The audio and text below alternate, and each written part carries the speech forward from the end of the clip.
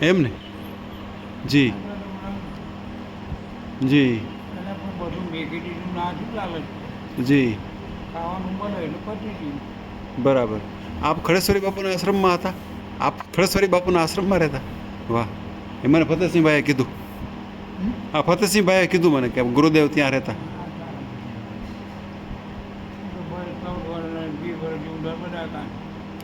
અચ્છા, નર્મદા કાંઠે કઈ જગ્યાએ? આપણા ઘડેશ્વર કરું ને હા, ગરુડેશ્વર. આમાંથી નાની રાવલ ને મોટી રાવલ ગામ છે. હા, 14 વર્ષ રહ્યા ત્યાં. વાહ, બરાબર. પછી ડેમ બન્યો ને જી, પછી ઠંડી બહુ લાગવા માંડી. બરાબર. મહિને સીએચસી હોસ્પિટલમાં દાખલ થવું પડે બહુ પછી આ બાજુ આવતા રહ્યા. બરાબર.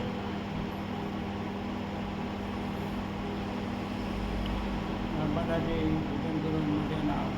એમ ને ભજન કરવું હોય તો નર્મદાજીને. એ આ મિટિંગ હોય જ નહીં ને. હા, એકાદ બે મજા ના આવે.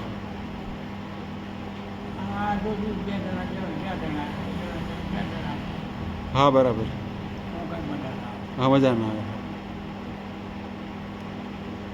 આમ નાની વાળી આમ માણસ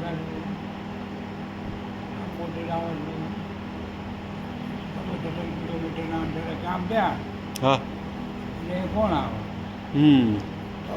શાંતિથી આવો તો ગંભાર આવો સાધુ કોઈ ના આવો ભજન ભજન બધા આવે. બરાબર. આપ 14 વર્ષ ત્યાં ગાળ્યા નર્મદા મૈયા.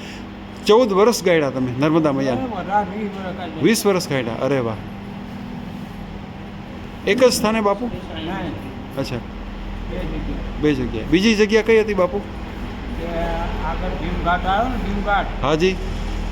એ ભીમઘાટ અચ્છા, ભીમઘાટે જ્યાં શિવજીનું મંદિર હશે ને? બરાબર બહુ મંદિર હતો. બરાબર, નર્મદા જિલ્લાના સીતા મંદિરો પારક બરાબર.